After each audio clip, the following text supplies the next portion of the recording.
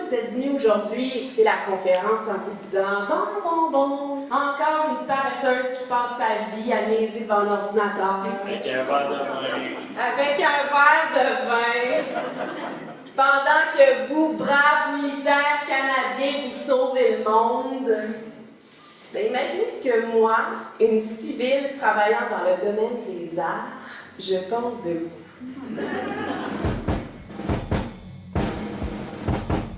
Moi, je regarde mon Ross et je dis, si jamais on se fait tirer dessus, là, on jette dans les trous. Ben, tabarnak, 2 minutes plus tard, est-ce que les balles ont commencé à nous utiliser à la tête? Puis, là, je regarde mon Ross, je dis, tabarnak, ah ouais, notre trou!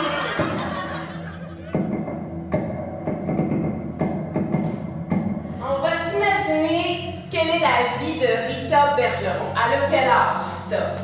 À peu près. 68 ans. Puis qu'est-ce qu'elle fait dans la vie, Rita, comme métier? Tabarnak! Je commence à paniquer, esti, je suis sûr que je vais me crever là. Je sais pas ce que j'ai, là, je me sens plus à moitié de la tête, puis je saigne, tabarnak. Le gars, il essayait de me bourrer ça de pansement pour arrêter l'hémorragie, il me dit...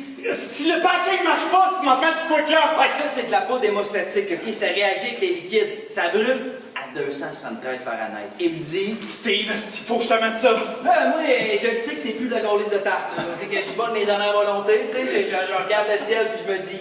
Calice, on va voir de quoi, c'ti, un cheval blanc, un tunnel, un ange, un feu de l'enfer, je ne sais pas, mais de quoi tabarnak, là, tu sais? Parce que vous êtes les témoins de guerre à la fois intime et internationale. Vos récits sont importants et doivent être diffusés. Un coup, tu veux qu'on compte ça? Pardon? À qui tu veux qu'on raconte ça? Ben à tout le monde veut entendre vos histoires, c'est même le propre de l'être humain. Non, ce qu'on a vécu, ça intéresse personne. Hey, c'est pas vrai. J'ai tenu une correspondance pendant des années avec le caporal Keck. Ça fait quel gars me met de quoi cloque dans l'oreille? Aïe, aïe, hostie, ça me fait mal, tabarnak! M'a dit, dans ce temps-là, tu le cherches en hostie, l'ange avec l'auréole, là. On rit, là, on fait des jokes, là, mais ce n'est pas drôle, OK? Puis après ça, le médic, il me dit... Ça n'a pas marché, il faut que je recommence! Hey, moi, je me dis, ça y est, je suis mort, câlisse, je suis pas de bonne humeur, là. Moi, je peux pas croire que je me suis rendu là-bas combattre des hosties de crottés pour mourir abattu par mes propres troupes. Ah, je suis tabarnak! Hey! Puis moi, là, je m'étais tout le temps dit que si j'avais à mourir là-bas, je voulais que ça fasse mal, hostie. Je voulais le savoir que j'étais en train de mourir. Je voulais pas être vaporisé par une mine. Ça fait que là, je me disais, ben, au moins, ça, je l'ai. Ben, ça fait mal en tabarnak.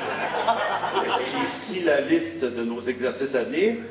Vous nous direz lesquels concordent avec votre horaire. Pardon? Vous voulez que les militaires vous parlent?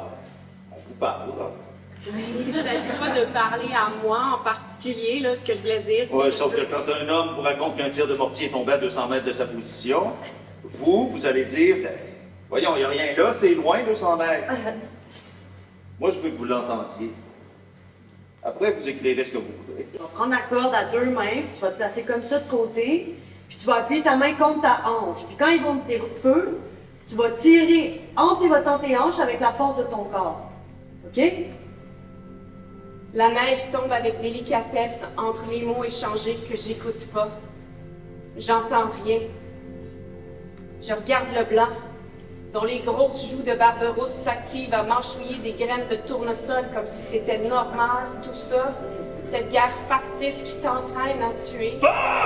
Et je tire sur la corde. Et elle avait dessiné une sainte vierge, avec une prière autour. Marie, protège-nous du feu. C'était vraiment beau. On l'a accroché dans le temple, tu sais, pour nous protéger, genre.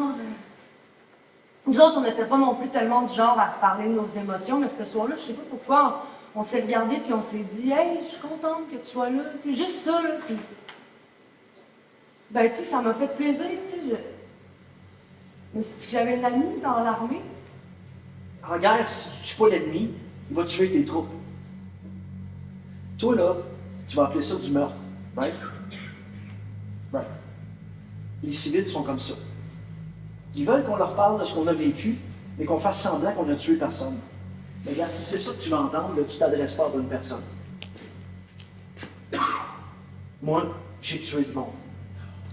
Là, les secours arrivent, les mécaniciens, ils nous disent de nous tasser parce qu'ils vont faire basculer le coyote pour sortir le sergent Médard en dessous. Ça fait qu'on remonte, je retourne à mon coyote, l'adjudant Vézina, il commence à nous expliquer un peu ce qui va se passer. Mais là, je l'interromps, puis je demande, tu sais. L'adjudant Vézina, j'ai une question. À ce moment-là, il savait ce que j'allais demander. Ils m'ont regardé droit dans les yeux, ils m'ont laissé continuer. Et où, Karine? Karine est morte, Daisy. Elle a été soufflée par l'explosion. J'étais revenu de l'autre bord de mon coyote, ça fait que je me suis avancée de 2 pas, tu sais, pour voir. C'est là que j'ai compris que la mine, elle l'avait déchiquetée. Puis pendant tout ce temps-là, pendant à peu près 3 quarts d'heure, tu sais, j'avais porté secours aux autres à travers les morceaux du corps de ma chum. J'ai eu un choc, je me suis mise à brailler.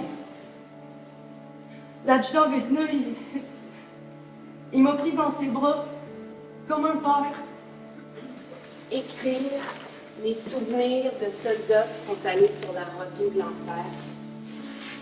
Ça a été pour moi une expérience de dure fraternité. T'as tiré du canon? Ouais. Tu écris ça dans ton livre? Ouais. Qu'est-ce que tu vas écrire d'autre? Tu vas-tu dire qu'on est tous des tueurs?